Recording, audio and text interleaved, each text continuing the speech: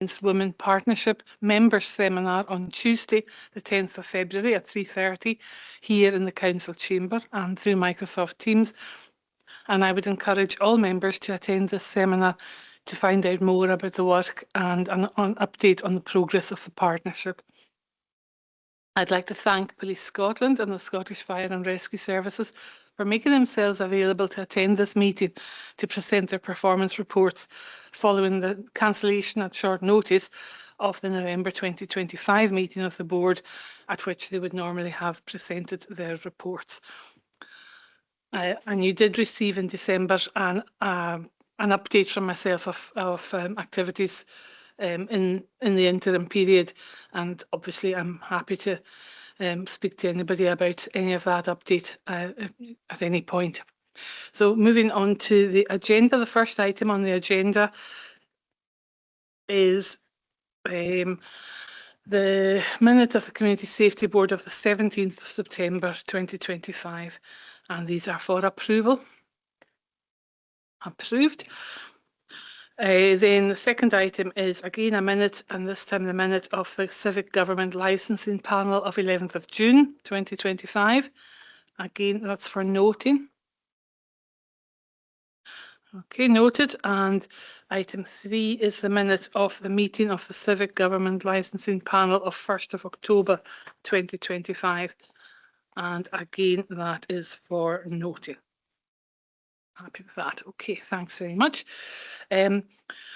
Item 4 is the declaration of interest. Members are asked to declare any interests that they have in any item of the agenda. It would be helpful if members expressed why they are declaring an interest in the item concerned.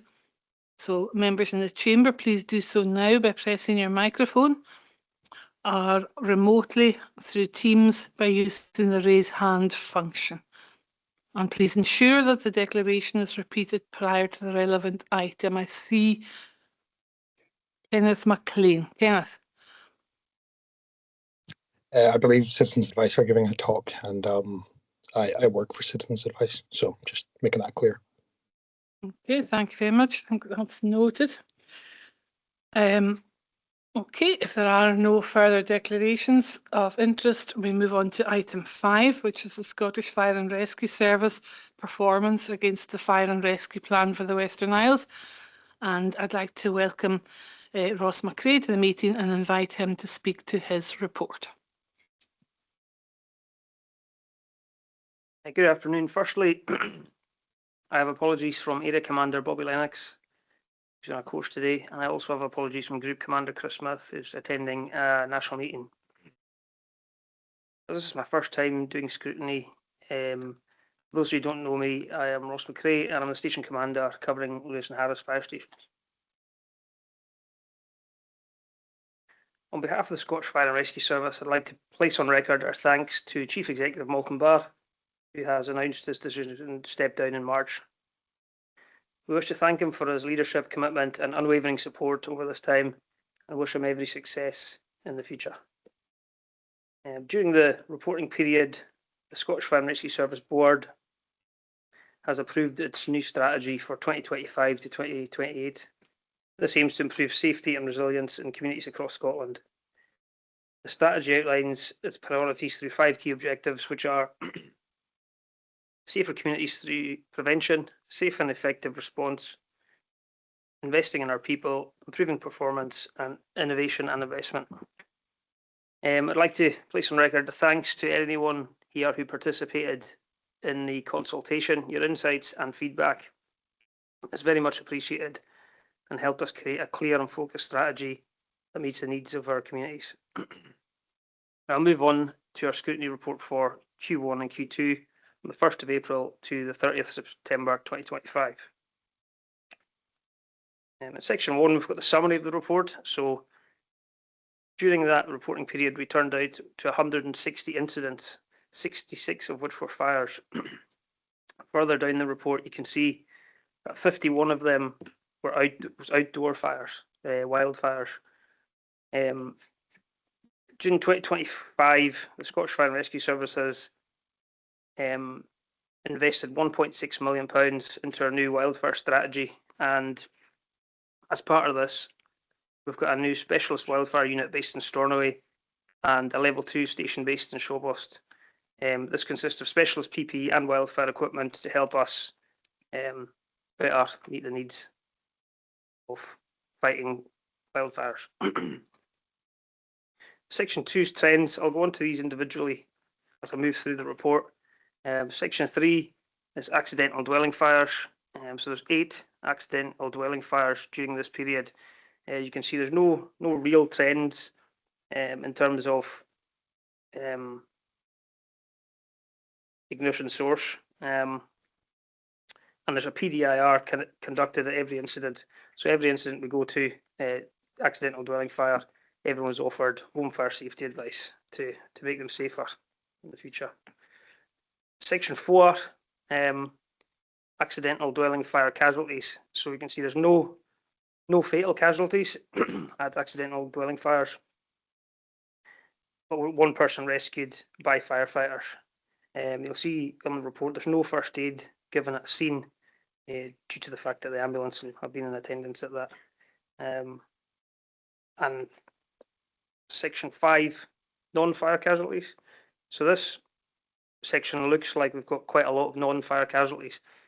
However, this is primarily due to assisting other agencies, so assisting the ambulance service in gaining entry or moving casualties, possibly bariatric casualties or casualties in difficult locations. So we just assist them manual handling and into the ambulance.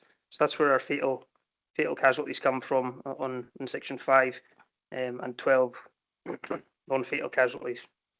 You'll see again people 7 serious injuries that have gone to hospital and 5 with slight injuries, but there's been no first aid given at scene.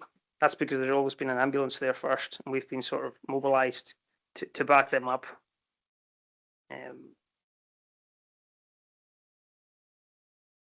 6 deliberate fires. So during this reporting period, there's been 9 deliberate fires across the Western Isles. However, you'll see that 8 of them are outdoor, so they're basically wildfires that have been started and then gone out of control. People just conducting land management or burning of wood, etc.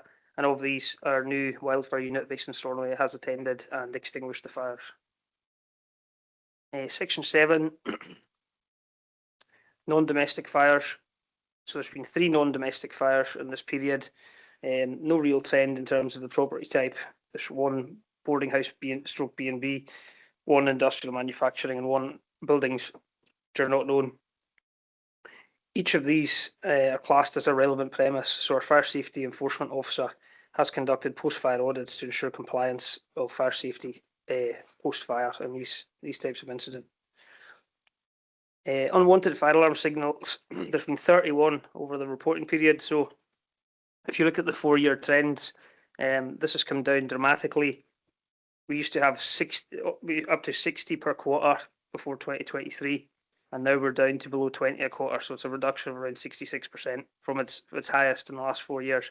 This is due to the UFAS policy that's been implemented in 2023.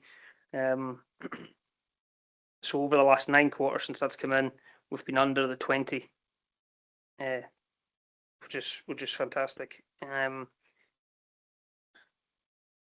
then we're trying to drive that down even further. There's firefighters offer advice at every incident, and report offenders are visited regularly to highlight any mitigation and control measures that can be brought into place. But all of these now, most of them are sleeping risks, and they can't really be avoided because you're still wanting to attend hospitals, doctors' accommodations, and other sleeping risks. Road traffic collisions. In the reporting period, we've attended 5 road traffic collisions, 1 rescued by firefighters, and 4 non-fatal casualties. As you'll see again, 3 have been taken to hospital with serious injuries and 1 with slight injuries. But again, no first aid has been given at the scene, but that's due to the ambulance have been in attendance before us, so they've taken care of the first aid for us. Home fire safety visits are 9 over the recording period. This is due to our new modernised home fire safety visit system that enhances how we identify and assess, support and prioritise the most at risk from fire. So we may, as expected, we've seen an initial decline in referrals and home fire safeties while the new systems and referral pathways are embedded. So we do expect that to increase. But basically the reason why it's gone down opposed to 2 or 3 years ago is because now we're just visiting the really high risk properties rather than low risk. We're handling that over the phone or online. Section 11, fire safety enforcement. There's been 13 audits during the reporting period, covering 1 hospital, 7 short-term lets, 1 HMO, 1 factory, 1 sleeping risk, and two guest houses or B&Bs. There's been a firefighter employed for 7 hours a week to try and clear our short-term lets audits. So that work's starting to move forward. Section 12, station availability and establishment. So, we've 14 fire stations in the Western Isles and 16 appliances. 3 stations that are of particular, or the 3 appliances of particular concern was Benbecula's second appliance with only 17% availability. However, the first appliance had 88%. Reasons for this: we've got 1 firefighter on a career break, a 2-year career break, who's going to be returning soon, and we've had 2 firefighters on maternity leave over that period. Lochmaddy and Valtos were recorded incorrectly as RRU appliances, but they've been changed over to full-size appliances. However, the rules were different, and a recording availability system at the time couldn't differentiate between the 2 appliances, so their availability is sort of artificially low on there. The new availability system went live on the 3rd of December, so that we should have more accurate figures for that in the next reporting period. We've had 65 recruits into the service over the retained service over the last 4 years, which has been absolutely excellent numbers. We've had 10 recruits start on the December task and task management course, and of the stations that have reasonably low attendance figures, 2 of them were for Lochmaddy. So Lochmaddy was sitting at 46%, 2 new recruits for Lochmaddy, 2 for Lochboysdale at 61%, and 1 for Benbecula. So we're hoping that the addition of these 10 firefighters are going to improve the outlook moving forward. We've got 15 applications in the current for the next intake, and 3 are for Behead, which is sitting at 61%, and 1 for Lochboysdale at 61%. So the targeted recruitment in the US has meant that we've had a really good response. And we're looking to we've had a targeted recruitment campaign in Bernera, and we've got 7 applicants in process for that. And for Valtos, this is the other station of concern in terms of availability. As it was a different appliance, but we've also lost our watch commander in that station.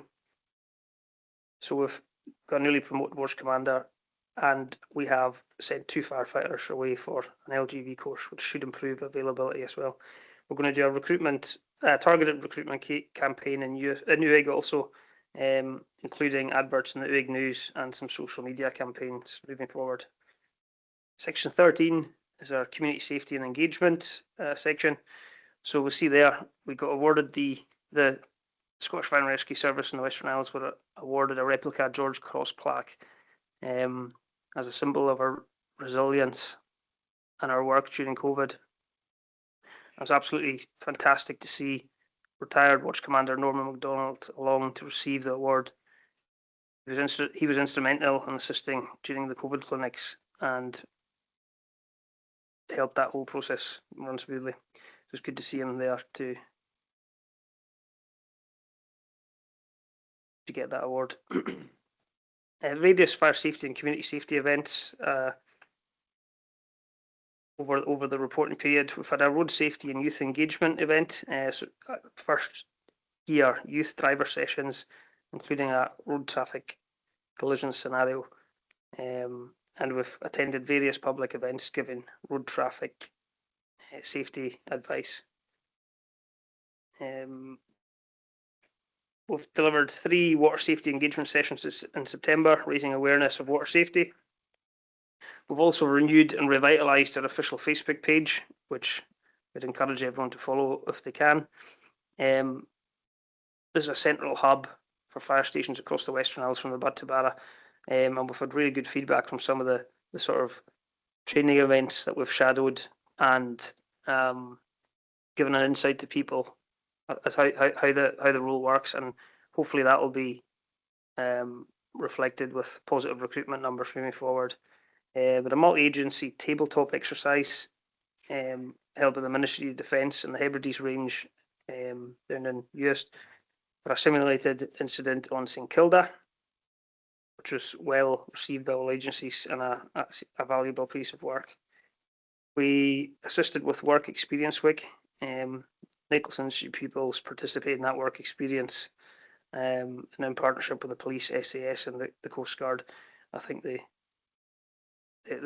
really enjoyed it and developed new skills and strengthened ties with the community. Joint training exercises, like Tarbert, for example, had one with the Harris Coast Guard, with a boat fire with a person overboard. You can see the pictures. A very useful exercise for everyone involved, and really good feedback from the Coast Guard. Several nursery visits, as the one pictured here from Benbecula, and really good that the fire safety talks were delivered both in English and Gaelic, which is a really positive thing. First year Young Drivers Programme, there's a photo of that here also, and the Stornoway personnel did a 16-mile charity walk from Tosta to Ness to raise money for the SFRS Family Support Trust.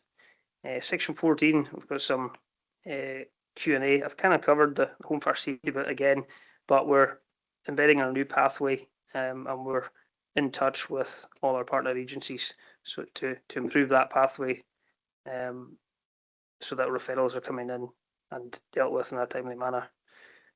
Battery energy storage systems. So we attended YPEG and had a input from BESS. So the Greenspan Energy have been in contact and delivered that. And then the community asset register. Again, we're doing really well in the Western Isles with that. A lot of work done by our rural full-time staff. We've got a really good database of volunteers.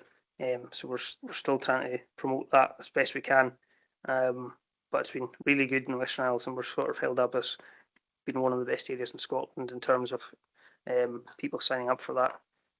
So I think that concludes the report. Have you any questions? Thank you very much, Mr. McCrea. I'm sure we all join in congratulating you on the award of the George Cross plaque. I'm sure everybody in the committee was pleased to see that item.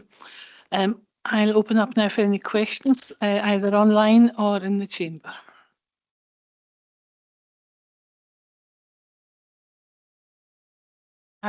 Councillor Mustafa Hussain. Good afternoon, Chair, and yeah, thanks for that. That's a very comprehensive report, and it's good to see of all especially the community engagement. I think I was just interested. Did you say it was 7 applicants in Behead, or is it 7 positions to fill? 7 applicants for Great Burnagh.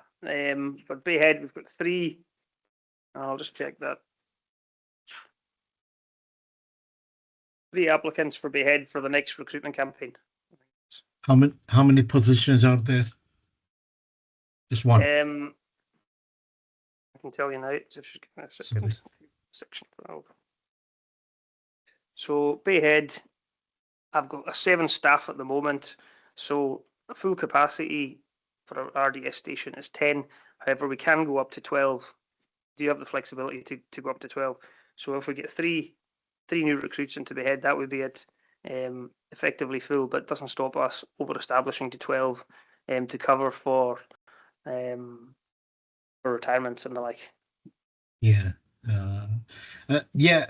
Just the reason I raised the question because it was last year, I think there was some discussion maybe about the long-term viability of the Bayhead station.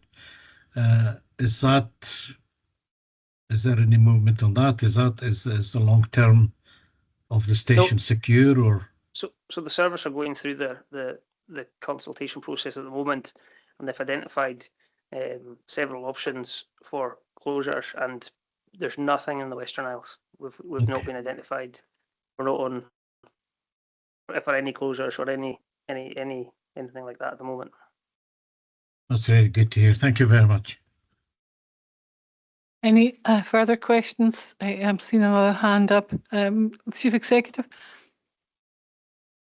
Thank you, Chair, and thanks to Ross and colleagues for their good wishes. One of the many things I will miss in my new life will be working with very competent and pleasant colleagues across the whole emergency services, but SFRS in particular, because they've been such a good supporter of community planning over the years. So thank you both for your good wishes and also for your own support to me over all these years.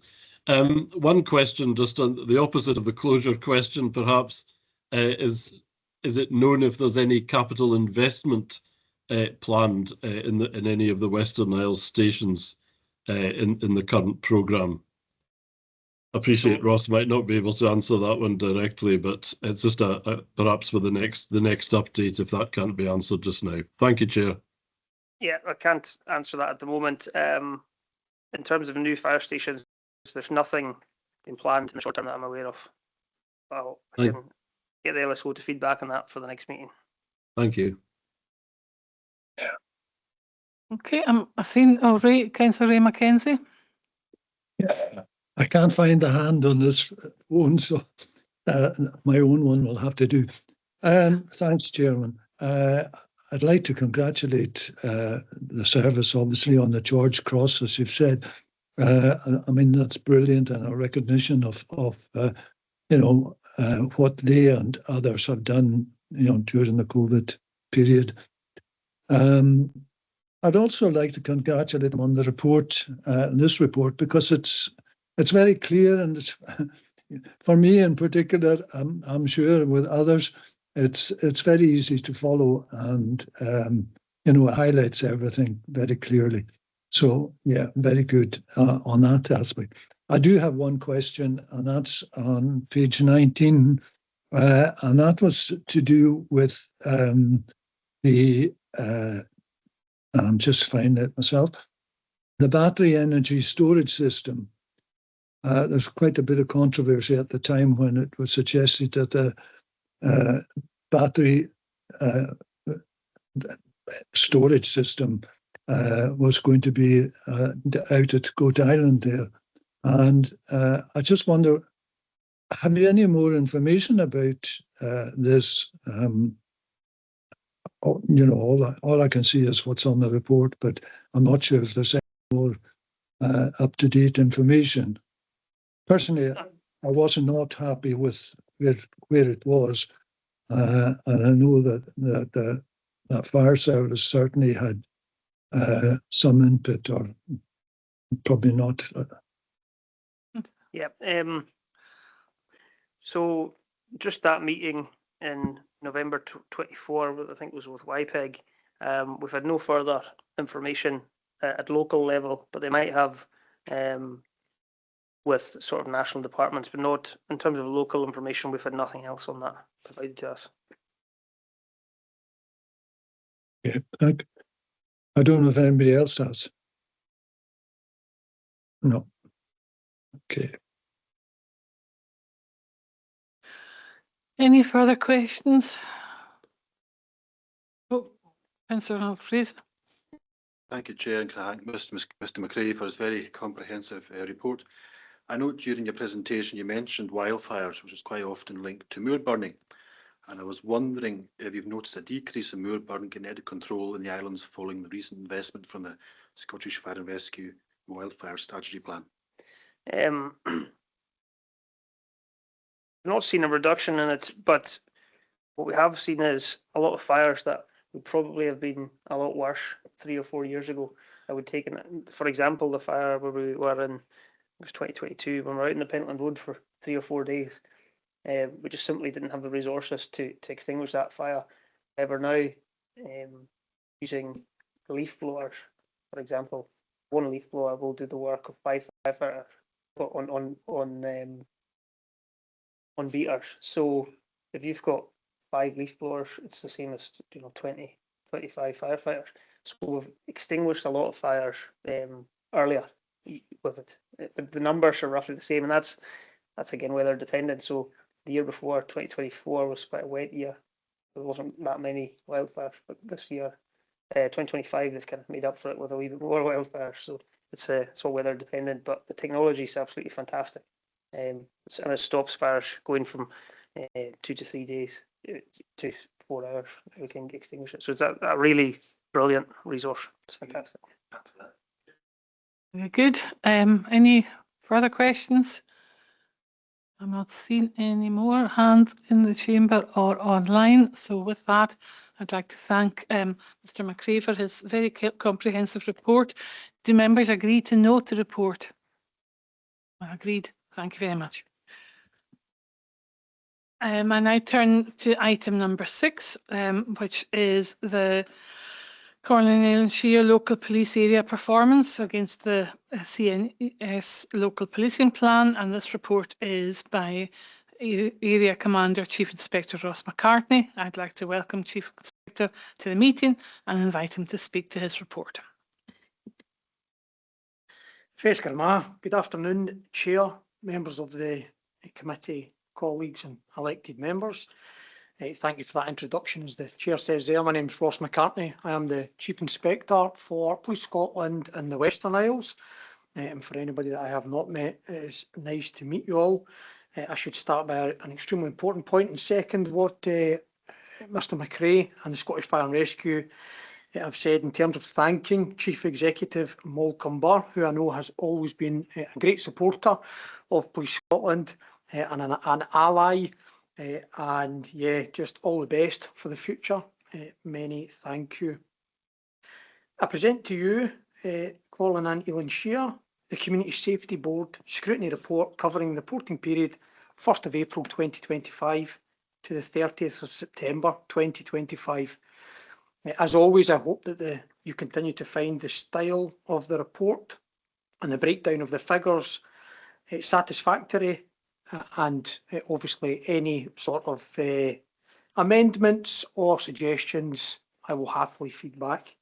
The interpretation of statistics continues to play a key part of what we do, identifying potential crime trends and ensuring that locally I have the right officers in the right places to keep our communities safe.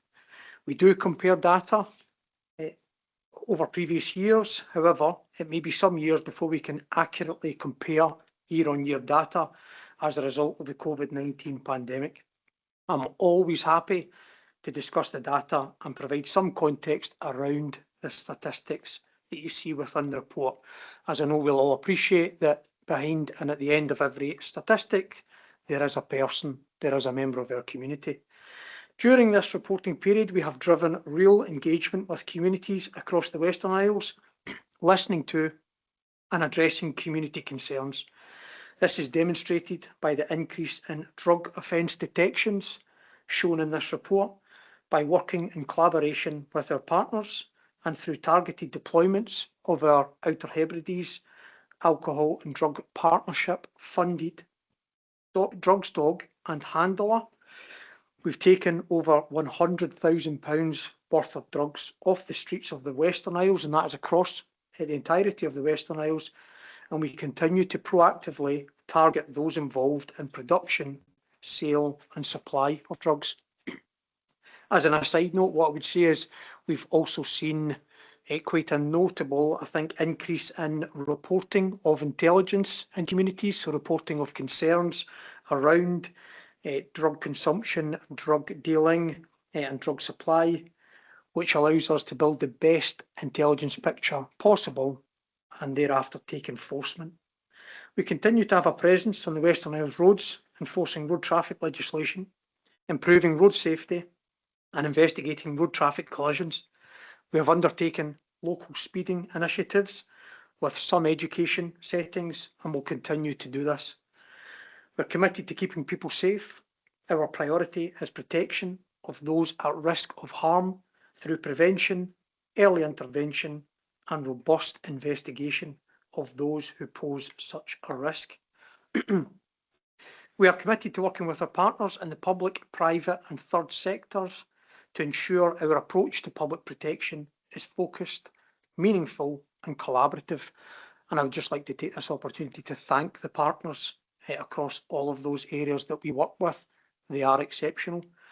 This commitment allows us to continually improve the service and support provided to victims and their families whilst working towards protecting those at harm of risk.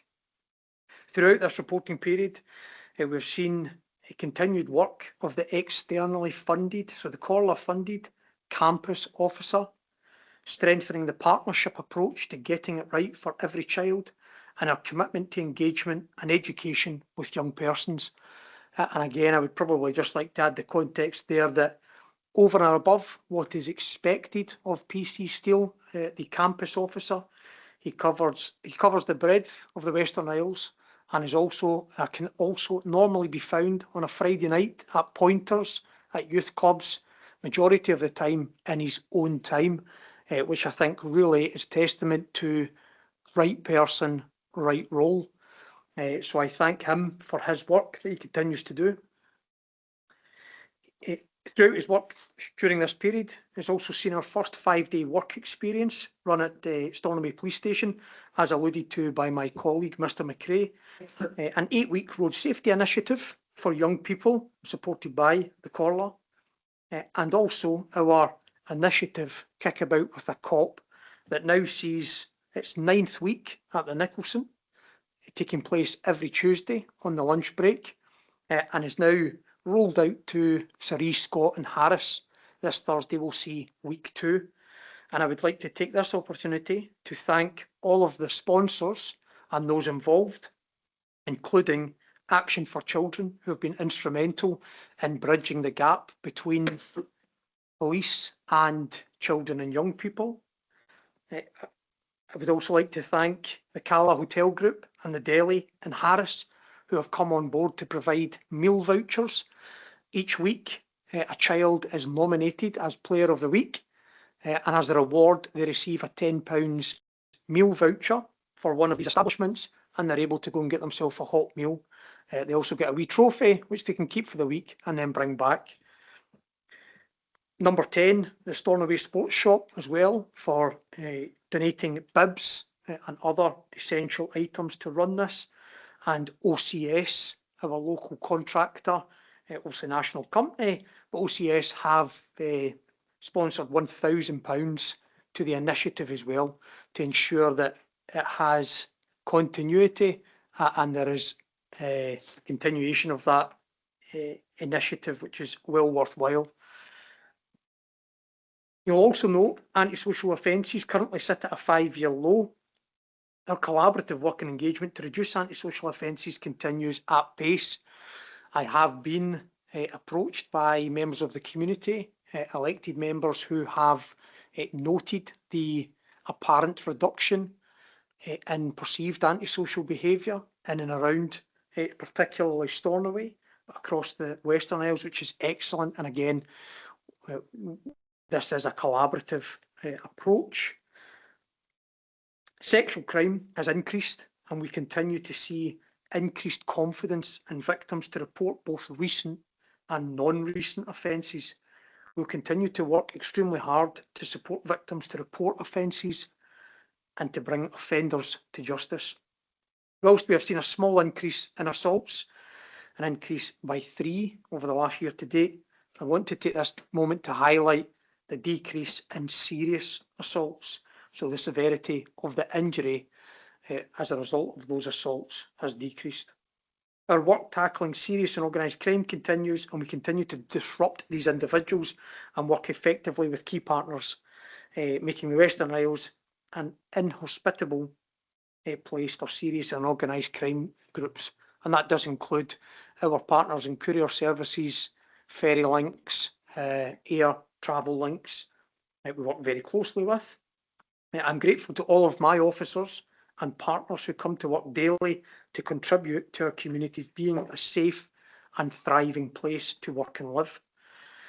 And I'd just like to take the opportunity to, I suppose, bring out a few organisational priorities and changes that do have an impact locally.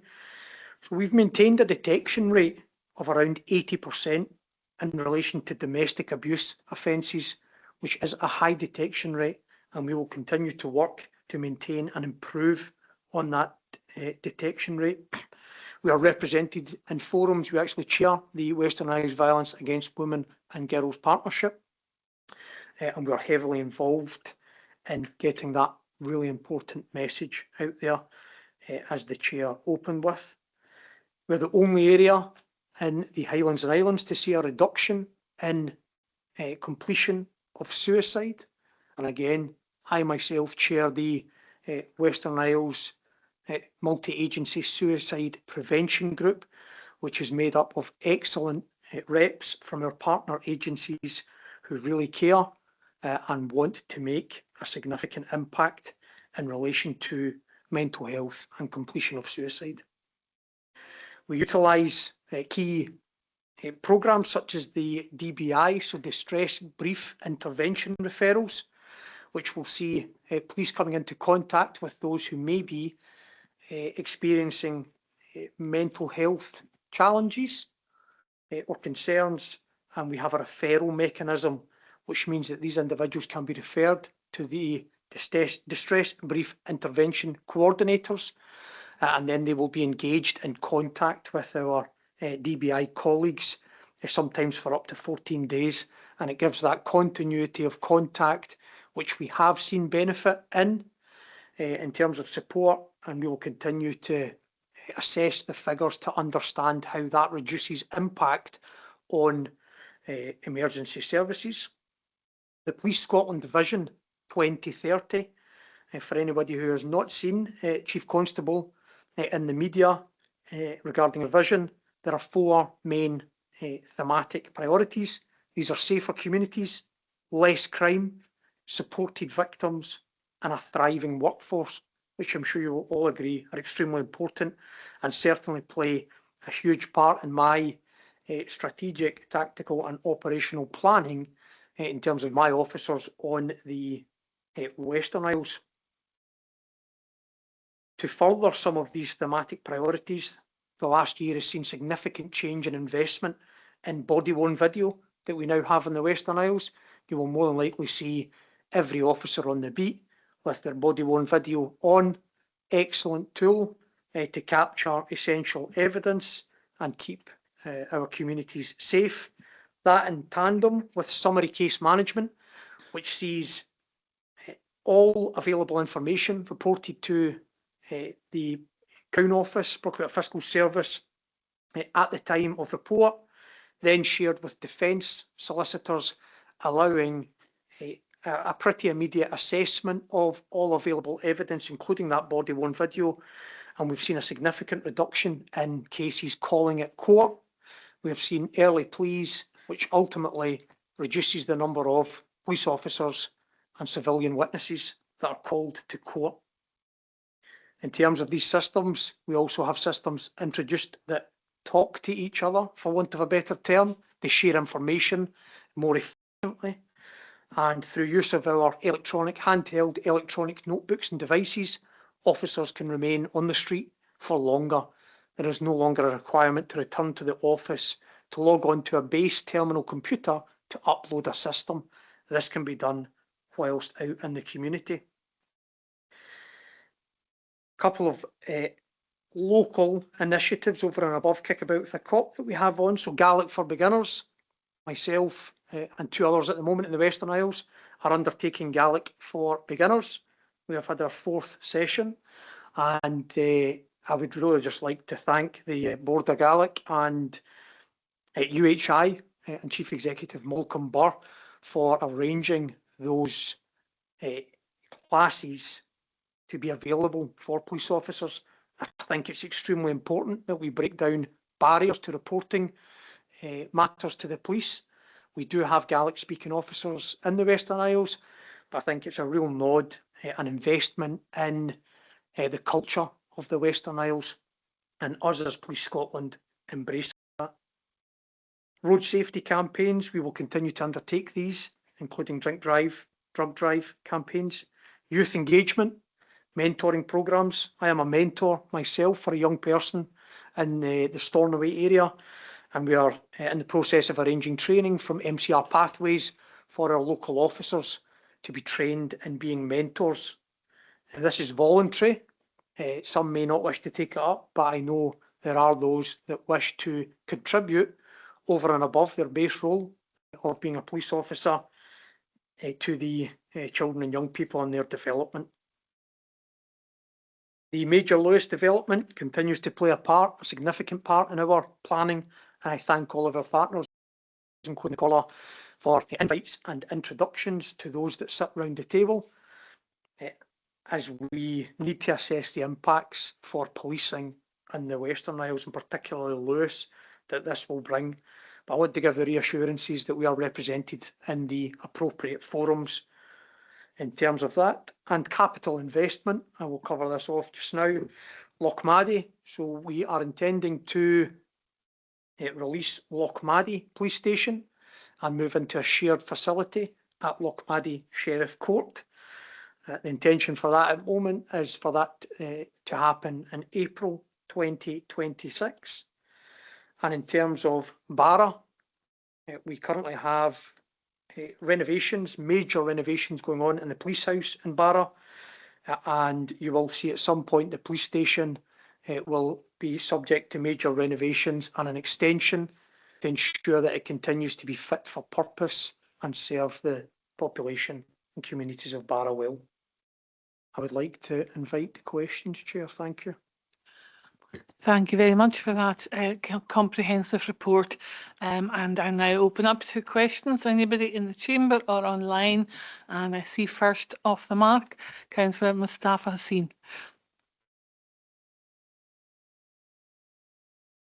Thanks very much, Chair, and thank you, Chief Inspector Ross McCartney, for this comprehensive report.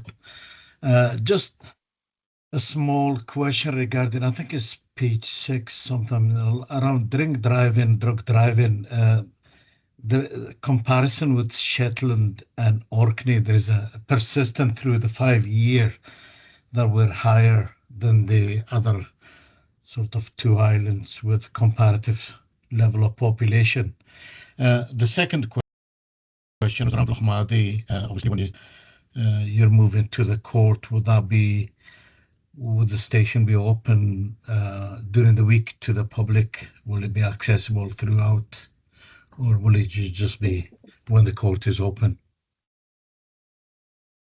Thank you for those questions, Councillor. In terms of the breakdown on drug driving offences, there are a few factors that explain, I suppose, the difference there. And unlike our colleagues in Shetland and Orkney, we are obviously spread across a huge geographical area. Lewis, Harris, Uist, Benbecula and Barra, we have police officers stationed, active and out in all of these communities, working shifts, and proactivity being a main driver for that. So this does feature heavily on our patrol matrix. And I really do think we work well with the licensed premises and other community groups who do inform us of when they have concerns around drink and drug drivers. And in terms of the opening hours, so that the current provision in Lochmaddy will stay the same as we move to Lochmaddy Sheriff Court. The office itself is not open to the public. We do not have a front counter staff member in Lochmaddy, and it is staffed by deployable police officers. So this will only be open and available to the public, much like Balavanik, when the police officers are on duty and within the building. Okay, any further questions? Yeah. From anybody? Okay, Councillor Mackenzie. Okay, thank you. I think after last night in Shetland, there might be a few more arrests or sore heads anyway. I tell you. Yeah, what I was going to say, I was going to thank Chief Inspector Ross for personally attending the Bayhead Community Association. And this was very gratefully received because, you know, the contact with the local community councils or community associations, as this Bayhead particularly is, you know, it's very important, and it's he gave over an hour of his time, and thank him for that. So that's really all I want to say on that particular point. Thank you. Thank you. I'm looking for any other contributions. Yes, my Vice Chair. Sorry, I didn't spot you there. Thanks, Molly. Thanks very much for that, Chief Inspector. Excellent report, and a couple of things that are really excited about the kickabout with a cop. I thought it was kick a cop, and that was probably why there was such a big uptake in Tarbert last week. But I was hearing very good reports at the Parent Council meeting last week down there, and it's a great initiative. And I think I'm looking forward to more of that. I think it's bearing in mind what's coming up later with the antisocial behaviour reports, and the work that's being done by yourselves and by PC Steel in the schools is going a huge way to hopefully reducing the antisocial behaviour and also building relationship with the young people. I think that's important, that the young people see and understand, have better understanding of their responsibilities and about working with police officers, and seeing that police officers are actually human as well, and therefore then. So I'm really pleased to see that. And also on another favourite of mine, good to see you around in Carrick, and hopefully look forward to maybe not the next report, but get some more Gaelic input in the next reports. More in tang. There's a challenge for you. Thank you very much. Any further contributions?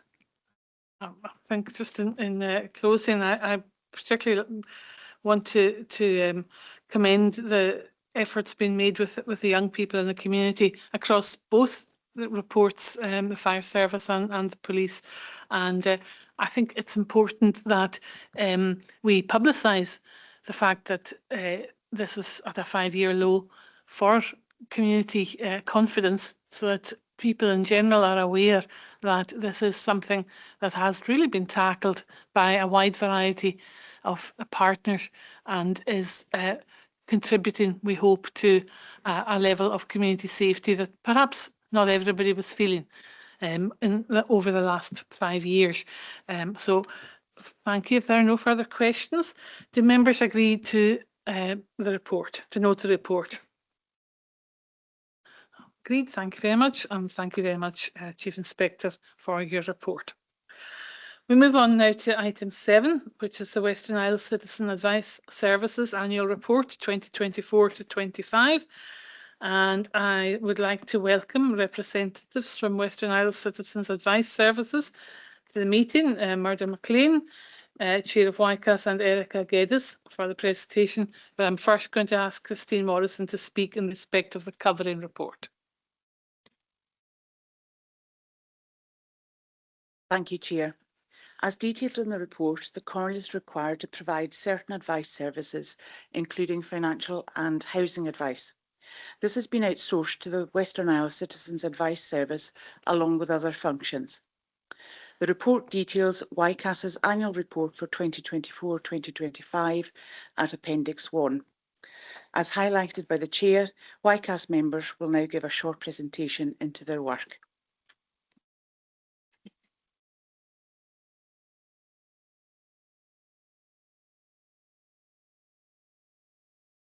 Murdo.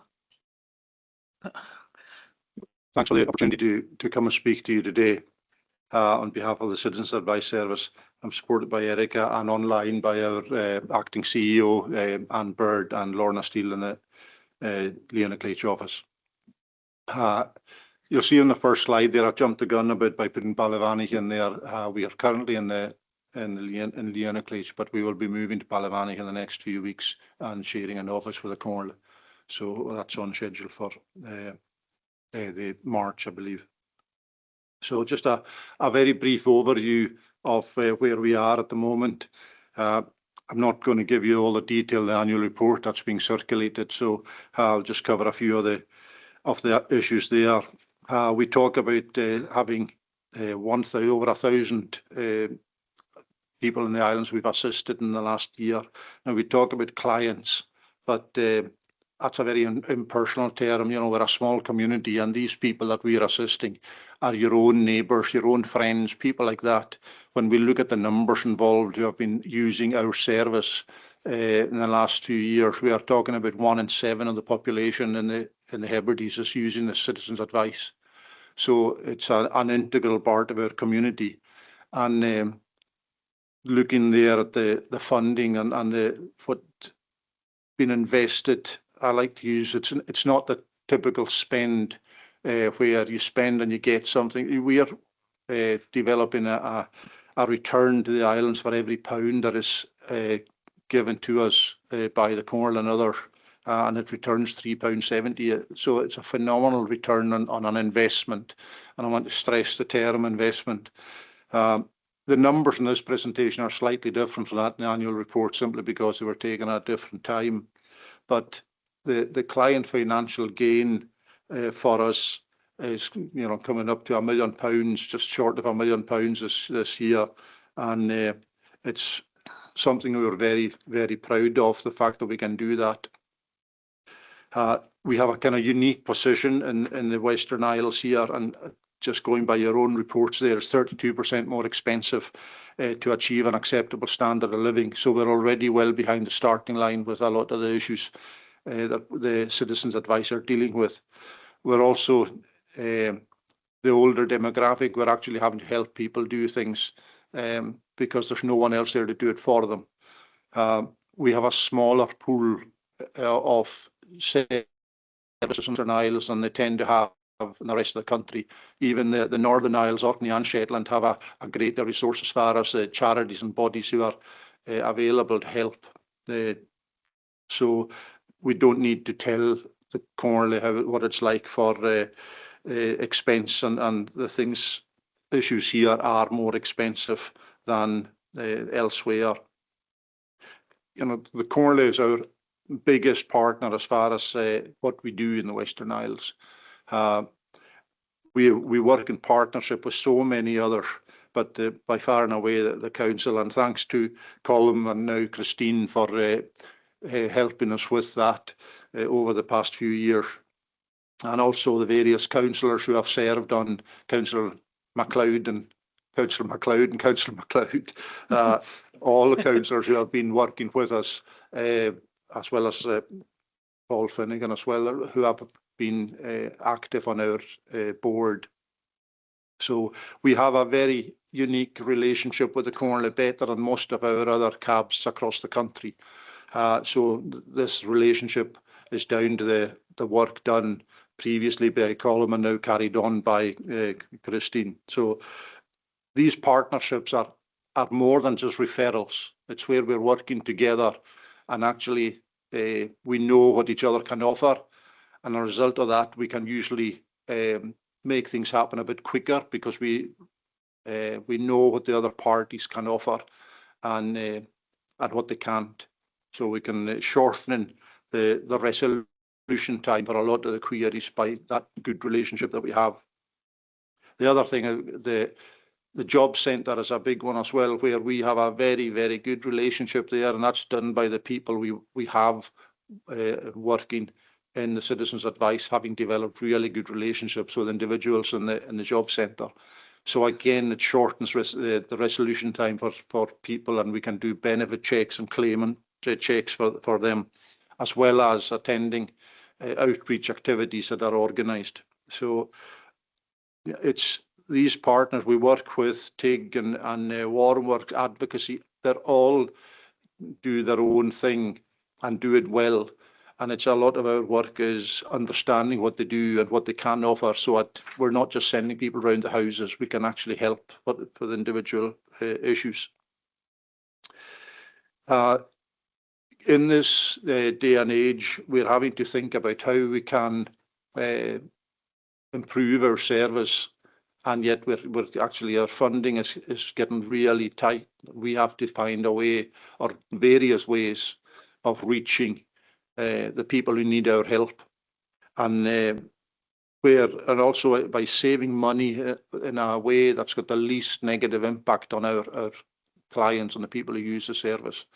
So one of these things, like I say, we're sharing premises, and what we're doing in US there, moving back into Ballyvanny and into that office where we'll be sharing with the council. We see that as being really key and making a big difference down there. Being back in a hub where people are coming anyway, and that's a big difference.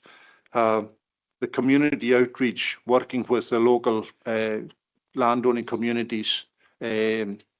This week we're working with the Golson estate, and we've got an advisor going out into the estate, out into their offices, and again taking the service to them rather than having them come to us. And it makes a huge difference to older members of our community that don't have to be coming into Stornoway relying on public transport, and the times they can actually go to somewhere local in the Ness and West Side area. So that's made a difference. There's been an excellent uptake. We also work with the energy providers, and we turn up on their open days. Such recently did that with OVO, and again really good, because our staff have a very good understanding of the issues, probably better than some of their own advisors do. So we work with UHI for getting to a different demographic, getting to the younger generation as well, and we've attended functions in the town hall with the third sector so that we can all share costs and minimise expenditure for all of us. The downside of that, when we're actually out and about, yes, we're not in the office and we're not assisting our clients in the usual appointments, but it does bear fruit in that we can help others. And the other downside is that the better you are at the outreach, the better we are at doing that, the more our own workload increases. So it is something that we are actively managing. The advice summary, what you see there on all sorts of issues, and you'll all, I can guarantee, if you go home and look at some of the letters that are waiting there for you, it'll say at the bottom of that letter, if you have any difficulties, please visit your local Citizens Advice Service. It's on the bottom of just about every letter sent out. And none of these bodies contribute anything towards our expenses or what we do, so, or very few of them anyway. But we would not want to put people off coming, but it just means that, again, we have people being signposted to us. 17 different agencies have active referral systems with ourselves, and that's just the ones that are active with us. There are loads more as well. You'll be aware about the slab funding that was withdrawn last year, and thanks to the Comhairle for the support and making the Scottish Government aware of the issue in the Western Isles, where we don't have any other, or not much, sorry, of any other legal aid, and withdrawing our legal advisor was a big blow. So to get round that, we're now collaborating with the Civil Legal Assistance Office, and they come and use our premises regularly to give some sort of legal advice to people in the islands. We find it is very Stornoway based, but we're working on that, and we do help by doing things online. We signpost where appropriate, but we've also got our own qualified money advisors and the like. It's not just general advice. These people are qualified in how to look after and how to discuss actual debt, taxes, and all these money issues. So that's something that we encourage our staff to develop, the skills and expertise. And we're finding all that is obviously reliant on funding. That landscape has changed dramatically in the last few years. We find ourselves being refused funding because some of the bodies who offer the funding think this should be funded by central or local government. We tell them it is partly by both through our offices in Edinburgh and through the local authority, but they will not give us grants because of that belief. And we've also had funding rejected on the basis that we seem to have a healthy bank balance. So why not use that? And we are constitutionally bound to have enough reserve to keep trading for further 6 months. Should we lose all our funding, we need to have funding for meeting the normal business expenses for, like I say, 6 months, and that might include redundancy payments, etc.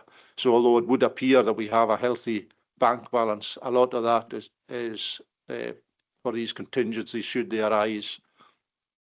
So we've also had requests because our turnover is too high, and that again is an issue for us because the turnover, yes, it's high, but the money goes out to those who need it.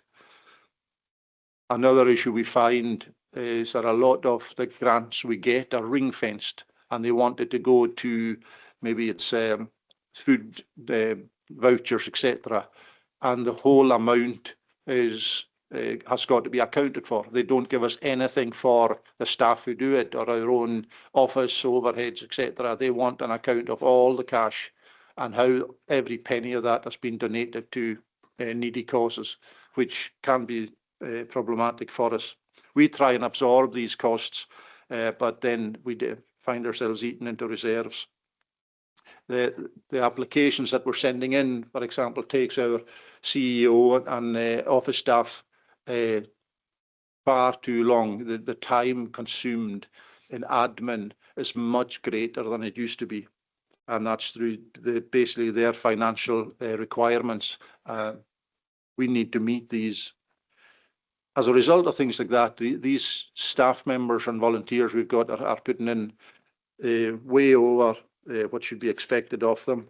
Our staff haven't had pay rises in a couple of years. We were proud of the fact that we were adhering to the COSLA pay scales and giving really good jobs in the islands.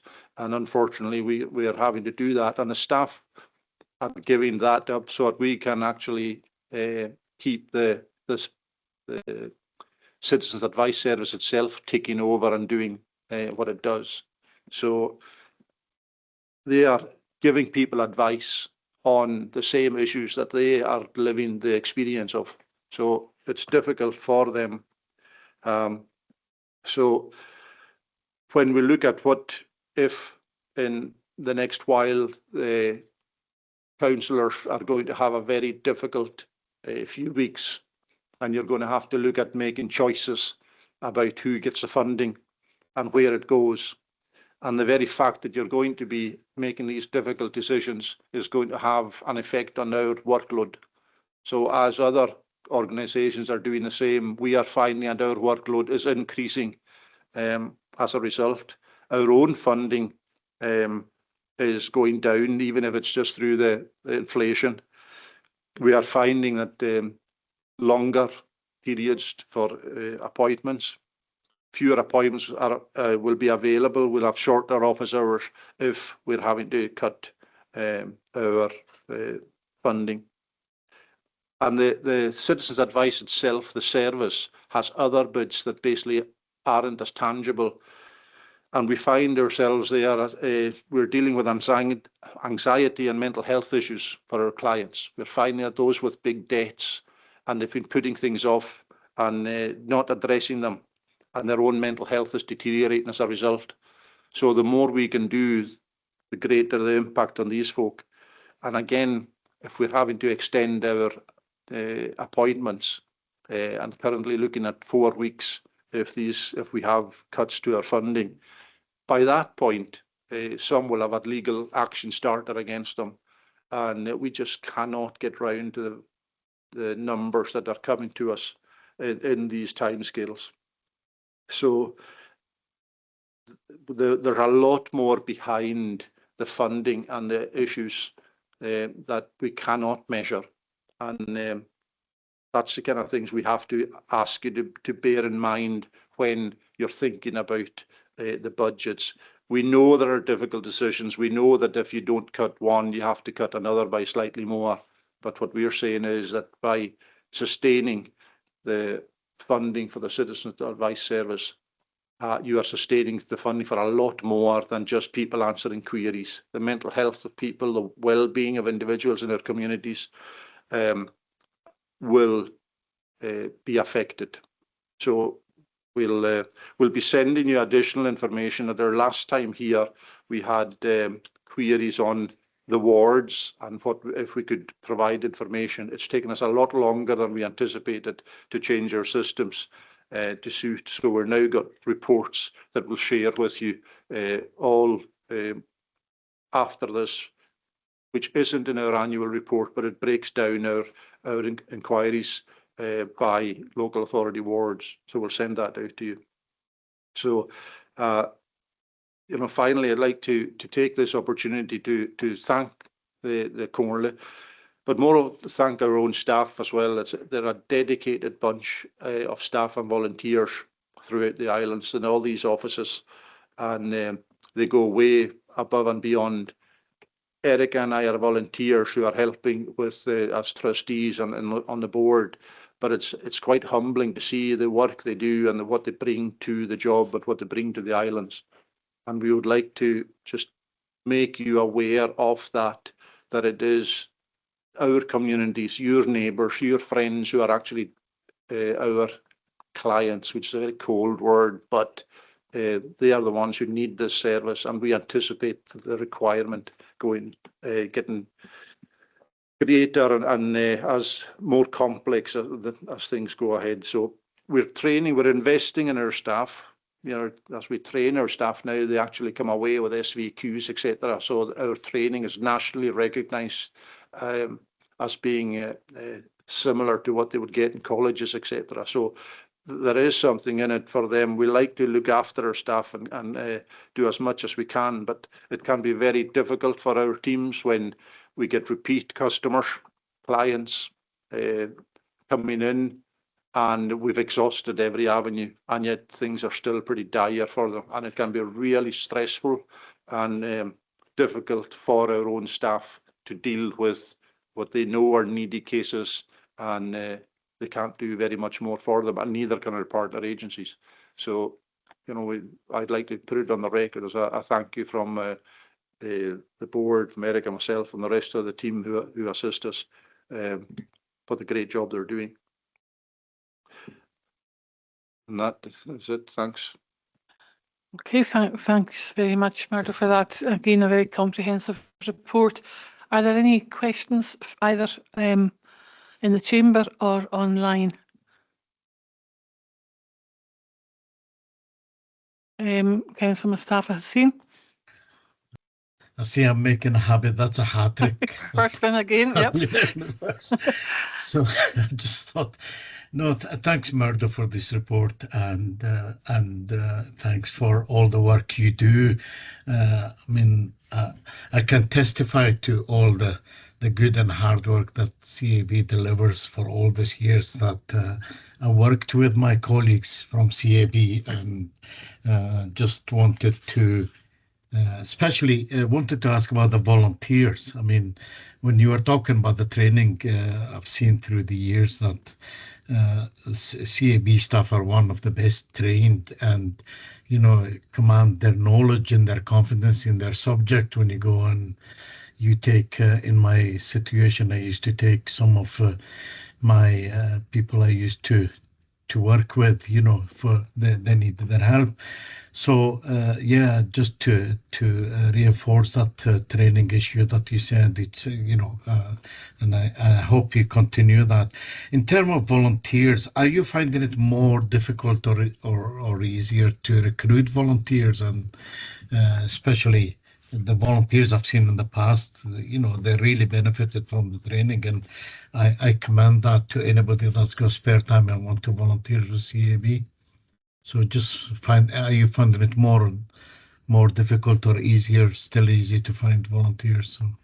Yes, we are finding it harder to get volunteers, and since basically since COVID, some of our volunteers stopped at that point. Some came back and some didn't, and we're finding that other people who have got the capacity to volunteer are now looking for paid employment because of the cost of living crisis and the likes. So we are finding it harder, and we're hoping that by publicity, and there's some in the press this week about the work we do, and also the fact that we can offer really good training, that will attract some. But yes, to answer your question, it is hard to attract the kind of volunteers we need. We have a lot of volunteer who in the Stornoway area, but it's harder out in the country area. So asking them to come in to help us. I think highlighting the quality of the training that you offer, I think, might help attracting, especially some of the young volunteer, I might say. So, no, thank you very much, Murdo. Thank you. Thank to all your staff. Any other contributions in the chamber or online? I'm not seeing anyone wishing to with their hands up. So with that, I thank Murdo and Erica and those online for attending and giving us their comprehensive report. So do members agree to note this presentation and the Western Isles Citizens Service Annual Report for 2023-24? 2024-25, I think that should say. Yes, agreed. Thank you very much. Okay, we'll move on now to item 8, which is antisocial behaviour, which we've already heard a bit about. This report provides an update on the second phase consultation with partner agencies on the draft antisocial behaviour strategy, and Fiona McInnes will speak to the report and answer any questions. Fiona. Good afternoon. Obviously, this is not the first time I've been to the committee with the report, but this is the update, having tried to engage with partners on the antisocial behaviour strategy. The response was low again. It would appear, and I think it's been demonstrated by our input by our colleagues in the police, that the decrease in offences in terms of antisocial behaviour being at an all-time low might mean that folk don't see the benefit of engaging with the antisocial behaviour strategy at this point. That's purely my supposition, because I'm talking to agencies and they're saying it's fine, you know, whatever is there, and as long as we have enough contacts in terms of early intervention when we see something arising, then you know, we think we're able to work with it and respond positively. Partners spoke about the need for mapping, just really data in terms of what the figures are, what does it mean, what do people feel. So some subjective information was what they were looking for, as well as the figures. And I suppose I kind of feel like we're at a stage where what we've got is what we will be moving forward with. So, yeah.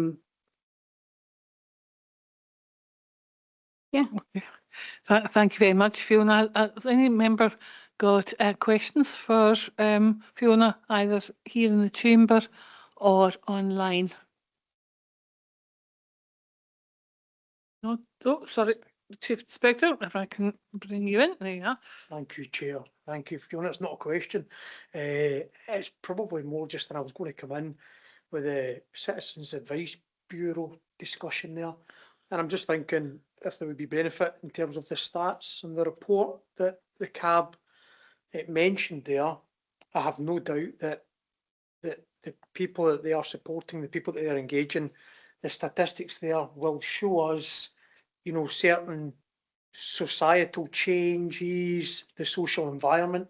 And I wonder actually if it's pertinent to include or even factor some of the CAB stats in with the antisocial behaviour strategy. I personally know, me as the local police, I would be interested in getting those stats so that I know if my officers are deploying to an area, I know that the greatest concern in that area is either financial or antisocial behaviour concerns. Are we going equipped with the right signposting material to signpost people to services and support? So it was just a consideration for me, Fiona. Thank you.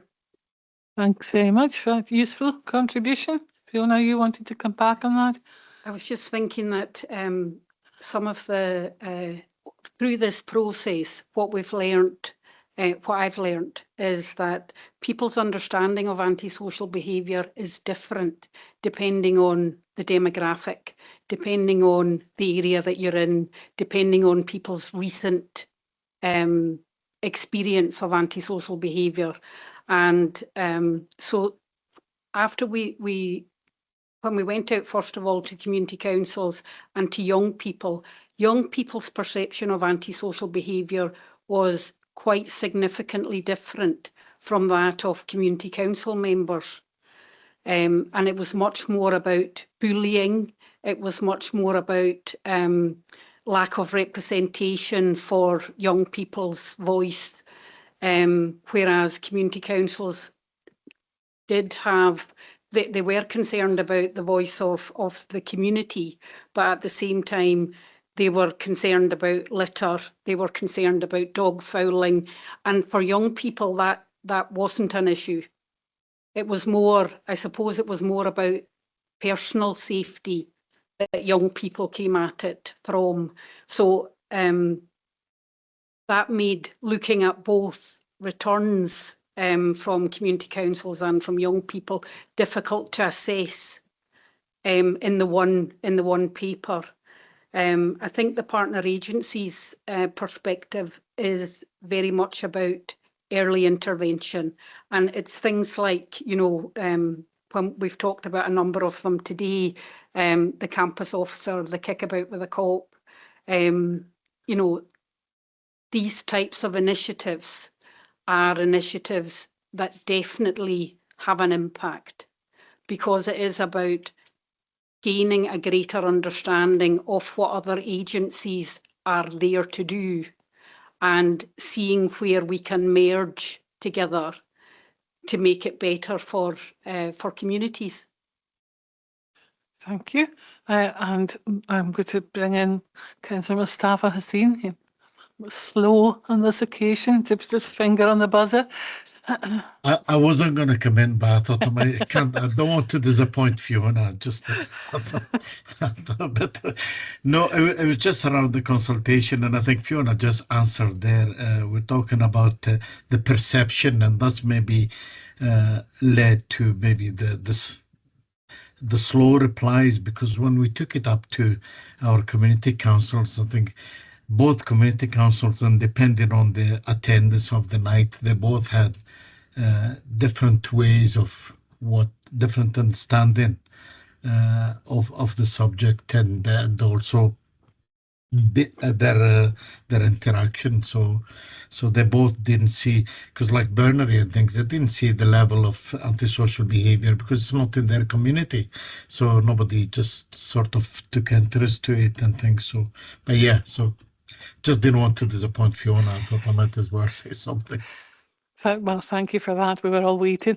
I think, yeah, I think we would all agree that this is an issue that when people are suffering from it, they're much more likely to speak about it and become involved in discussions about it, and they're maybe less likely to do so when it's seen as a less pressing issue. But I think all of us who, at whatever level, have worked with in this area over the years know that we can never be complacent, and it does tend to be cyclical. So I think it's definitely one we'll keep a watching brief on, and thank you, Fiona, for that. Do members agree to that recommendation of 3.1? Agreed. Okay, and that moves us on to item number 9, an outcome delivery report, a report by the Chief Officer, Assets and Infrastructure. And this report is for... Oh, sorry, Councillor Mackenzie. Yeah, thanks. Sorry, I think, can you hear me all right? Yes. Yeah, because I think my connection cut off there for a minute. I was obviously going to follow Councillor Hussein and not disappoint him that that's nobody else following him. But actually, as I say, I may have missed a couple of things here that Fiona said, but there is a different perception, and some, obviously it depends what generation you are. People sort of tend to think, well, you know, we're talking here about ASPOs for kids and that sort of thing. But I mean, that's not obviously the case, because we've got adults who have, whether it's with cars or whatever it is, causing mayhem, you know, in the vicinity of, you know, houses and all the rest of it. But what I would be interested in this, and maybe the Chief Inspector could advise, what are the numbers of ASPOs that have been, you know, maybe in the last years compared to the year before, for instance? I've been looking through, but I can't actually see that figure. Yeah, thank you, Councillor. So I certainly don't have the number offhand. I think in terms of court-issued antisocial behaviour orders, it would be very minimal, if not nil. However, as you allude to, in terms of the vehicles and antisocial behaviour, we do quite regularly stop individuals and engage with individuals who are either reported or seen to be travelling in a manner or using their vehicle in a manner that is antisocial. They are issued warnings at that time. If they are then, which goes on record, if they are then stopped a second time, either committing a road traffic offence or further antisocial behaviour, we have the power to seize their vehicle and do so. So in terms of crime antisocial behaviour orders, I think it would be minimal to nil. And in terms of ASB, antisocial behaviour vehicle orders, yeah, we do use them as appropriate. Mm-hmm. Yeah, thanks for that. The situation is, of course, we had a particular street or streets in the centre of Stornoway and one or two areas which were obviously, we had a lot of trouble over the last few years. And, you know, there seemed to be a certain group that were involved of, in that case, of youngsters who were causing mayhem with elderly people's houses and all the rest of it.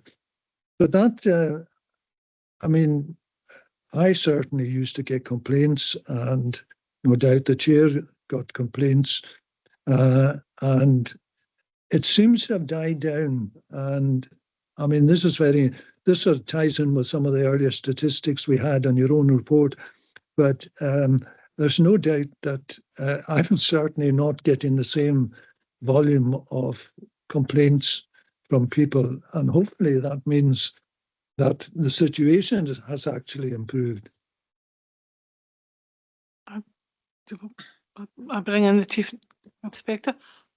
Just to say thank you very much for that. I suppose context and reflection, Councillor, and it does go a long way for me to hear the, I suppose, the perceptions, thoughts, and the real life experiences of those who are in positions where, you know, naturally you will receive the concerns.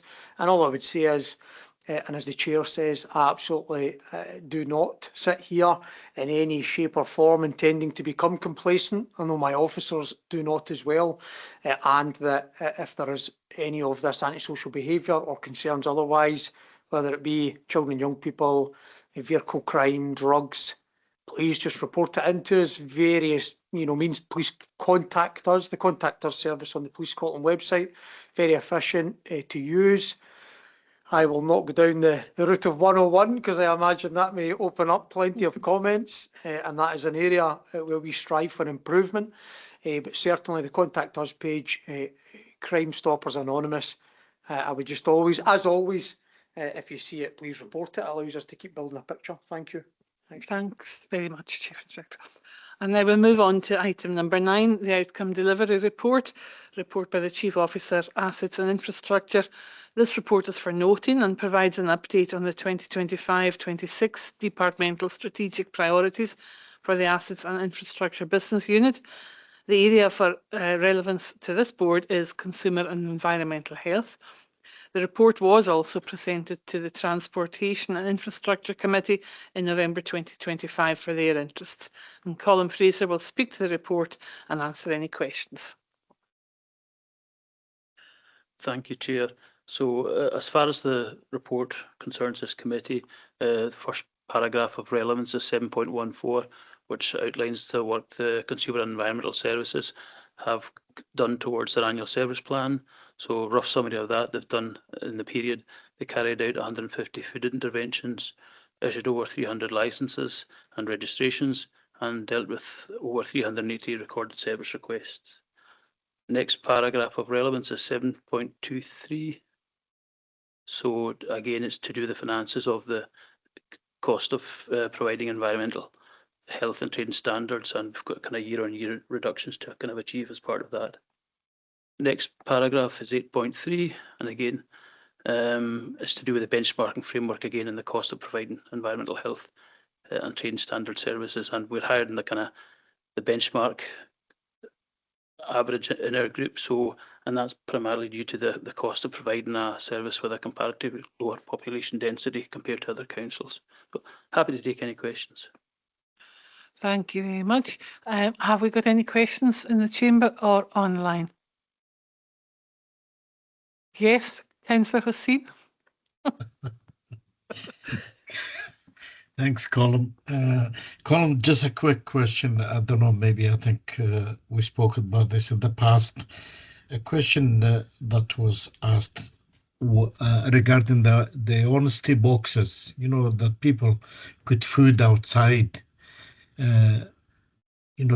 What kind of legislation do they need to comply with? Do they need their kitchens to be inspected like any other provider? Or, I'm not clear about that. I was asked that question. If you can. Thank you, Chair. Yes, the food service does try and inspect all these businesses. They should be registered as food businesses with ourselves. Colleagues in the food service do kind of regulatory monitor social media and kind of when they're out and about, if there are kind of honesty boxes about and ones that they aren't aware of, they will kind of follow up with that person and firstly, give them advice, because they buy the service to help them kind of run a business and do it safely. So we do follow up any businesses that we're aware of. Just because sometimes it creates, for the small trade, that they do create an overwhelming things if they have to comply with all, I don't know, the same regulation as a catering, sort of an established catering service or something. My colleague Christine Morrison can come in with further information, but it is a bit horses for courses as long as the legislation allows. But Christine. Yes, they do need to comply with the same legislation, in particular with food hygiene, but also with food standards.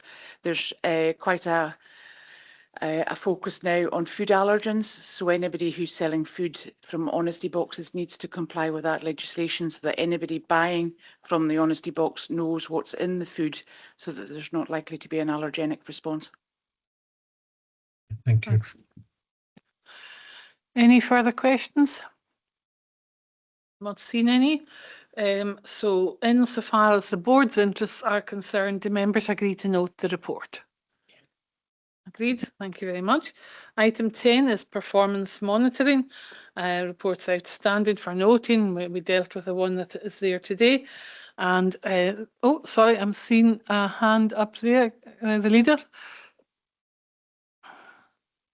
Thank you very much, Chair. I just wanted to meet Mustafa, that was all. And I was hoping that horses for courses wasn't one of the honesty boxes, because I don't know what they'd be selling. Thank you very much for injecting some levity into proceedings, Leader. The next scheduled meeting of the committee will be on the 18th of March 2026. And thank you all very much for your attention, for the big comprehensive reports we had today, and your contributions. Thank you. Thanks very much. Thank you all. Bye-bye.